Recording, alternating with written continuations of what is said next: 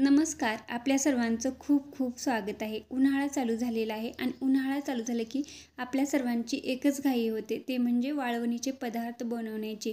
वाळवणीचे पदार्थ हे खूप साऱ्या वेगवेगळ्या प्रकारचे आहेत. तर आज मी इथे तुम्हाला ज्वारीचे पापड कसे बनवायचे ते दाखवणार आहे. ज्वारीचे पापड बनवायचे म्हटलं की खूप सारा वेळ लागतो आणि ज्वारीचे पापड बनवणं खूप अवघड आहे असं सर्वांना वाटतं. तर आज आपण अगदी सोप्या पद्धतीने कोणालाही सहज बनवता येतील, ना पापडखार ना खायचा सोडा, तरीही एकदम पांढरे शुभ्र आणि दुप्पट फुलणारे आपण हे पापड पाहणार आहोत. अगदी जिभेवर ठेवताच हे पापड विरघळतात सुद्धा, इतके पातळ हे आपले पापड तयार होतात. त्यासाठी इथे मी 1 किलो ज्वारी घेतलेली आहे. ज्वारी आपल्याला स्वच्छ निवडून घ्यायची आहे. त्यानंतर एका पातेल्यात टाकून घेतलेली आहे आणि यामध्ये आपल्याला पाणी टाकून घ्यायचे. पाणी टाकून आपल्याला ही ज्वारी 2-3 वेळेस स्वच्छ धुवून घ्यायची आहे. आता ज्वारी धुवून झाल्यानंतर यामध्ये परत आपल्याला पाणी टाकून घ्यायचं आहे. भरपूर पाणी टाकायचं आहे. ज्वारीच्या वर पाणी राहिलं पाहिजे इतकं पाणी आपण टाकून ठेवलेलं आहे.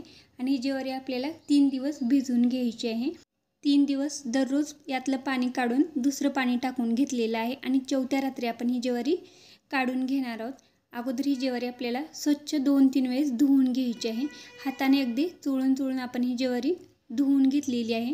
आता ज्वारी धुवून घेतल्यानंतर या ज्वारीला एका चाळणीमध्ये काढून घ्यायचं आहे, म्हणजे यातलं राहिलेलं पाणी हे खाली निघून जाईल आणि ज्वारी वर राहील. अशाच पद्धतीने आपण इथे सगळी ज्वारी काढून घेऊया.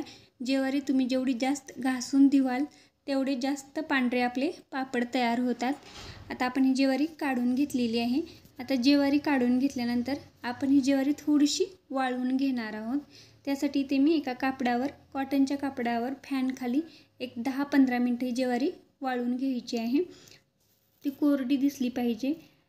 व्हिडिओ दाखवल्याप्रमाणे अगदी मोकळी झालेली आहे आणि कोरडी दिसत आहे. त्यानंतर आपण एका मिक्सरच्या भांड्यामध्ये थोडीशी ज्वारी टाकून घ्यायची आहे आणि मिक्सरला बंद चालू करत आपण ही वाटून घेतलेली आहे. एकदम जर फिरवलं तर यातला कोंडासुद्धा वाटला जाईल आणि पीठ हे पांढरे निघणार नाही. त्यामुळे मिक्सर थोडासा बंद चालू करून आपण ही ज्वारी वाटून घेतलेली आहे. इथे मी अशा पद्धतीने ही सगळी ज्वारी वाटून घेतलेली आहे. त्यानंतर आपण ती चाळून घेणार आहोत.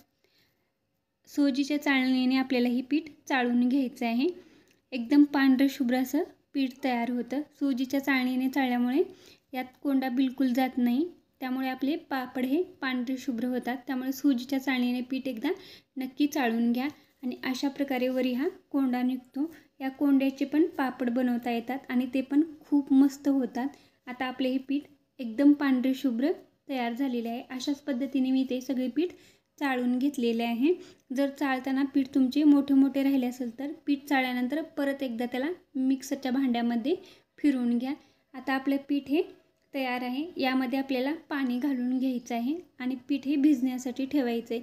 जर तुम्ही दुसऱ्या दिवशी सकाळी पापड बनवणार असाल तर पहिल्या रात्री आपण हे पीठ भिजवून घ्यायचं आहे. जर पीठ काढल्यानंतर आपण 1 दिवस ठेवलं आणि नंतर पापड बनवले दुसऱ्या दिवशी तर पापड लाल होतात. त्यामुळे ज्या दिवशी आपण पीठ काढलेलं आहे त्याच दिवशी पीठ आपल्याला भिजवून घ्यायचं आहे आणि दुसऱ्या दिवशी आपल्याला याचे पापड घालून घ्यायचं आहे. थोडं थोडं पाणी टाकून आपण हाताने अगोदर हे व्यवस्थित असं पीठ मिक्स करून घेतलेलं आहे. गुठळ्या न होऊ देता आपण हे पीठ व्यवस्थित असं मिक्स करून घेतलेलं आहे. आता आपलं हे पीठ व्यवस्थित असं मिक्स झालेलं आहे. यामध्ये एकही गुठळी राहिलेली नाही. यात आपल्याला आता भरपूर असं पाणी टाकून घ्यायचं आहे. पाणी हे कमी जास्त झालं तरी काही फरक पडणार नाही. आता मी इथे पाणी टाकून घेतलेलं आहे. आता पाणी टाकल्यानंतर याच्यावर आपल्याला झाकण ठेवायचं आहे आणि हे पीठ न हलवता आपल्याला रात्रभर ठेवून द्यायचे. पीठ हे रात्री भिजवल्यामुळे पापड हे खूप चवदार होतात आणि पिठामध्ये जो बी चोथा असेल तो पाण्यावर तरंगतो. आता दुसऱ्या दिवशी आपण सकाळी पाहूया. तुम्ही पाहू शकता पाण्यावर असा चोथा तरंगून आलेला आहे. आता वरचे पाणी आपल्याला काढून घ्यायचं आहे. जोपर्यंत आपला चीक लागत नाही तोपर्यंत आपण हे पाणी काढून घेतलेलं आहे. आता पूर्ण पाणी आपल्याला काढून घ्यायचं आहे. चीक यायला लागलं की आपण पाणी बंद करून घ्यायचं आहे. आता आपल्याला हे पाणी बाजूला काढून ठेवायचं आहे आणि जो चीक तयार झालेला आहे तो एकदा पळीने व्यवस्थित असा मिक्स करून घ्यायचा आहे. आपला चीक हा एकदम छान तयार झालेला आहे आणि एकदम पांढरा शुभ्रसुद्धा झालेला आहे. आता चीक हे व्यवस्थित एकदा मिक्स करून घेतल्यानंतर यामध्ये आपल्याला पाणी टाकून घ्यायचं आहे. यामध्ये टाकताना आपल्याला थंडच पाणी टाकून घ्यायचं आहे. थंड पाणी टाकून आपण चीक हे व्यवस्थित मिक्स करून घेऊया. साधारणतः 1-1.5 ग्लास पाणी मी ते टाकून घेतलेलं आहे. पाणी आपल्याला जास्त टाकून घ्यायचं नाही. व्हिडिओ दाखवली इतपत घट्ट हे आपलं पीठ असलं पाहिजे.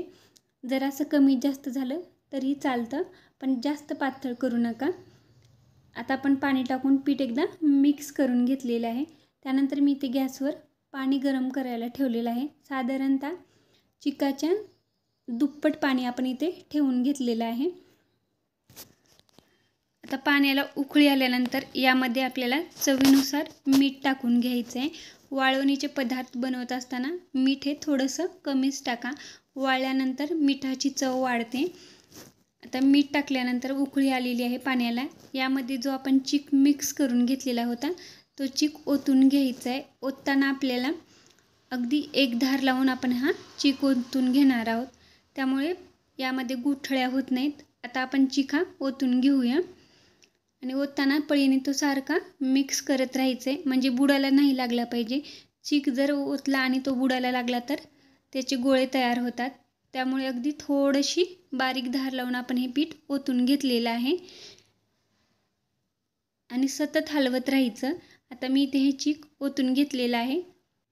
पळीने आपण याला व्यवस्थित असं मिक्स करून घ्यायचं आहे. एखाद गुठळी झाली असली तर ती फोडून घ्यायची आहे, म्हणजे पीठ आपलं हे एकसारखं दिसेल आणि पापड पण छान बनतील. जर इथे पीठ तुमचं घट्ट झालं असेल तर गरम केलेलं पाणी यामध्ये टाकून घ्यायचं आहे. आता आपलं पीठ व्यवस्थित मिक्स झालेलं आहे. याच्यावर झाकण ठेवून अगदी कमी गॅसवर अर्धा तास आपल्याला हे पीठ शिजवून घ्यायचं आहे. पीठ जर व्यवस्थित नाही शिजलं तर आपले पापड व्यवस्थित निघणार नाहीत. पापडाचे तुकडे पडतील किंवा ते कडेने चिरतील. त्यामुळे पीठ आपल्याला हे व्यवस्थित असं शिजवून घ्यायचं आहे. पिठाला इथे छान उकळी आलेली आहे. परत याला मिक्स करून घेऊया आणि परत याच्यावर आपल्याला झाकण ठेवायचं आहे. इथे तुम्ही मीठ पण पाहू शकता. चव घेऊन मीठ पाहायचं आहे आणि मीठ जर कमी असेल तर टाकून घेऊ शकता. झाकण ठेवून परत आपण याला थोडा वेळ शिजवून घेतलेलं आहे. पिठावर अशी साय आली की आपलं पीठ व्यवस्थित शिजलं आहे असं समजावे. आता आपलं पीठ शिजलेलं आहे. गॅस बंद करून घेऊया आणि याचे पापड घालण्यासाठी घेऊया. मी इथे हे पापड कॉटनच्या धोतरावर घालणार आहे. आमच्याकडं पापड हे अशा कॉटनच्या धोतरावरच घालतात. यामध्ये मी तीळ टाकून घेतलेले आहेत. तीळ टाकून आपण हे व्यवस्थित असं मिक्स करून घेऊया. तुम्हाला आवडत असेल तर यामध्ये तुम्ही जिरेसुद्धा टाकून घेऊ शकता. जिरे पण पापड घालते वेळेसच घालून घ्यायचे, नाहीतर आपले पापड लाल होतात. आता आपण तीळ व्यवस्थित असं मिक्स करून घेतलेलं आहे आणि या पिठाचे पापड घालून घेतलेले आहेत. पापड घालतानाचा व्हिडिओ कुठे गेला काही समजलं नाही. मी ते असे धोतरावर हे पापड घालून घेतलेले आहेत. कॉटनचं धोतर आहे आणि त्यावर आपण हे पापड घालून घेतलेले आहेत. आता हे पापड आपल्याला दिवसभर असंच उन्हामध्ये वाळून घ्यायचं आहे, म्हणजे ते व्यवस्थित वाळल्यानंतर व्यवस्थित निघतात. आता आपले हे पापड वाळलेले आहेत आणि वाळल्यानंतर आपलं जे धोतर आहे ते थोडंसं असं अकसतं आहे आणि त्यामुळे आपल्याला पापड काढायला अगदी सहज आणि सोपं जातं आहे. त्यामुळे कॉटनच्या कपड्यावरच जर पापडे घातले तर ते मोडणार नाहीत किंवा चिरणार नाहीत. त्यामुळे शक्यतोवर कॉटनच्या कपड्यावर पापड घाला.